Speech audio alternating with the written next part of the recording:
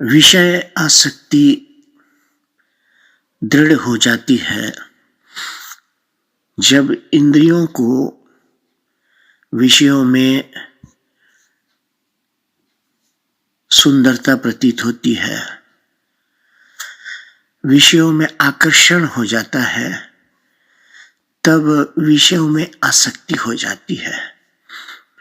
और ये मुख्य कारण है कि जब गुण ही गुण में बरत रहे हैं, इसको हम नहीं पहचानते कि ये संसार में सब कुछ सत्व, रज और तम का कार्य है। और इसी सत्व, रज और तम का संस्कार के कारण हमारे मन में अन्य और कई संस्कार इंद्रियों की आसक्ति द्वारा उपस्थित हो जाते हैं। इसके कारण मोह हो जाता है। ये कैसा मोह होता है कि हमारे जीवन में दया का भाव भी एक मोह रूप में प्रकट हो जाता है। ये एक दैवी भाव है, फिर भी इस दैवी भाव के कारण भी ये सत्व के बेसिस पे होता है।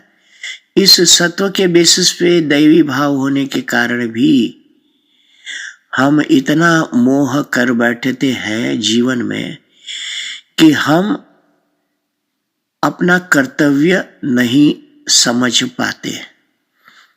अकर्तव्य क्या है, कर्तव्य क्या है, इसका भान नहीं होता। इसीलिए इस दया के आवेश में आकर अर्जुन ने कह दिया कि मैं युद्ध नहीं करूंगा। इसी दया के भाव में आकर व्यक्ति कभी कभी अपने ही कर्तव्य को भूल जाता है। ये तो सत्व के आधार पर हुआ। रज और तम तो वर्स सिचुएशंस होते हैं।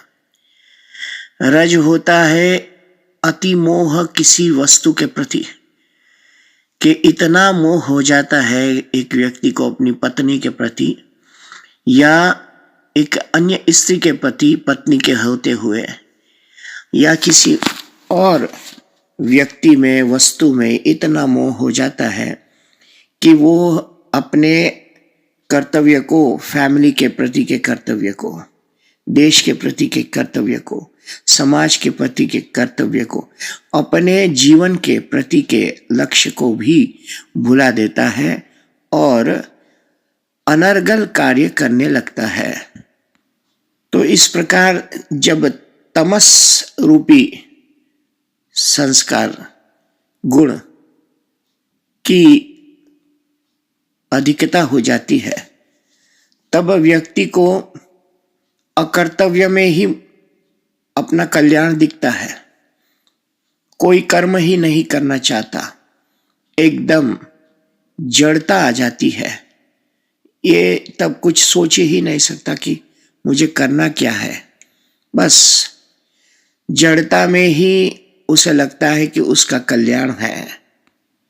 तब जब व्यक्ति को समझ में आता है कि इस सिचुएशंस में से मुझे बाहर निकलना चाहिए, तब ही वो अपने गुरु के पास जाता है, जो अपने से वृद्ध होते हैं उनके पास जाता है, अपने सत शास्त्रों के प्रति वो जाता है और उनसे अध्ययन पाकर समझदारी पाता है।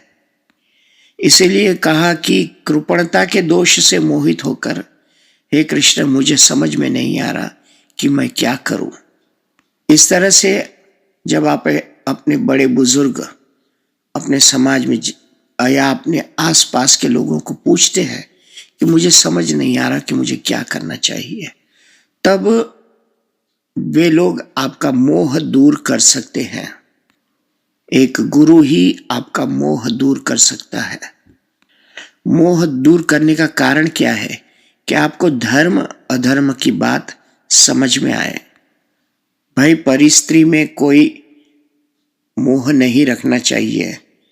अब ये धर्म की बात हुई ना कि आपका लग्न हो गया है, अब आप यहाँ वहाँ न भटके तो आपको धर्म कैसे पता चलेगा। इसी तरह से कोई स्टूडेंट अपनी पढ़ाई से दूर हो जाता है किसी अन्य वस्तु के मोह में, तब यानी कि कोई खेल कूद के मोह में हो जाता है या कोई गाने बजाने के मोह में हो जाता है, अपनी इंद्रिय के अन्य सुख के कारण अपने धर्म को भूल जाता है कि मुझे स्टडीज करना चाहिए, तो अपने धर्म को भूलता है। तो इस धर्म को फिर से प्राप्त करने के लिए सन्मति चाहिए, इसीलिए सत्संग चाहिए, यानी कि कोई ऐसे व्यक्ति के पास जाए जिनसे आपको सही मार्गदर्शन प्राप्त हो। अर्जुन के समक्ष तो श्री कृष्ण थे, तो अर्जुन ने बोल दिया कि पहले तो जिद की कि नहीं लड़ूंगा, फिर बोल दिया कि अब आप ही मुझे मार्गदर्शन दो। और क्या होता है कि जब ज्ञान यानी कि सत्य असत्य का ज्ञान, धर्म अधर्म का ज्ञान, इस तरह से सत्य यानी कि जीवन में सत्य क्या है, क्या ये शरीर सत्य है, क्या ये इंद्रियों का सुख आसक्ति सत्य है, कि फिर हमारा आत्मा क्या है ये जानना सत्य है, और इस जगत का मिथ्यत्व का ज्ञान, यानी कि ये जगत प्रतीत होता है, अध्यस्त है, ये प्रतीत हो रहा है, ये है नहीं जैसा दिखता है, पर इसमें रहते हुए हमें हमारा कार्य करना है, कर्म करना है।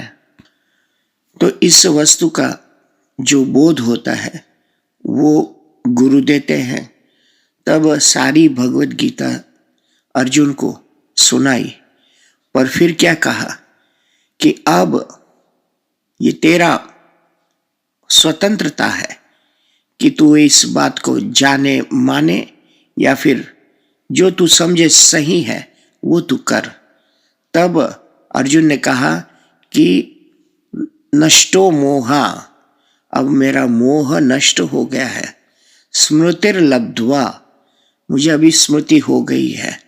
इस प्रकार आज हमारे भगवत गीता का महत्व इस तरह से समझो आप कि जीवन में जब व्यक्ति अपने धर्म से च्युत होता है तब उसे केवल ही केवल एक गुरु यानी कि अपने माँ बाप भाई बड़े भाई होते हैं या कोई छोटा भाई भी हो जो आपको सत्य का दर्शन कराए, यानी कि जो जानता हो कि क्या कर्तव्य है क्या अकर्तव्य है, किस परिस्थिति में क्या करना चाहिए क्या नहीं करना चाहिए, इस बात का ज्ञान दिलाता है। उसके पास आप जाइए, तब आपको उसमें श्रद्धा होनी चाहिए, उसमें आदर भाव भी होना चाहिए, तब आपको जीवन में सही दिशा मिलेगी और तुम उससे बाहर निकल सकते हो। पहले तो कृष्ण ने अर्जुन को बहुत खरी खोटी सुना दी थी, अध्याय पहले के अंत में और दूसरे अध्याय के स्टार्टिंग में 7 श्लोक तक, कि सीधा उसे जैसे कि कोई गुस्सा ही करते हो इस तरह से। पर जब अर्जुन ने कहा मुझे समझ नहीं आ रहा, कार्पण्य दोषोपहत स्वभाव पृच्छामि त्वाम धर्म सम्मूढ़ चेता, जब शिष्यस्ते हम शादी माम त्वाम प्रपन्नम कहा, तब कृष्ण ने प्रेम से उसे समझाया, सारा ज्ञान समझाया।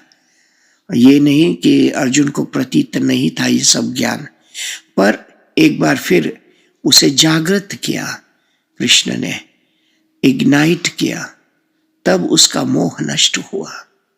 समझदारी तो सब में होता है, अज्ञान का आवरण होता है जो आसक्ति के कारण होता है, उसे ही मात्र हटाते हैं भगवान।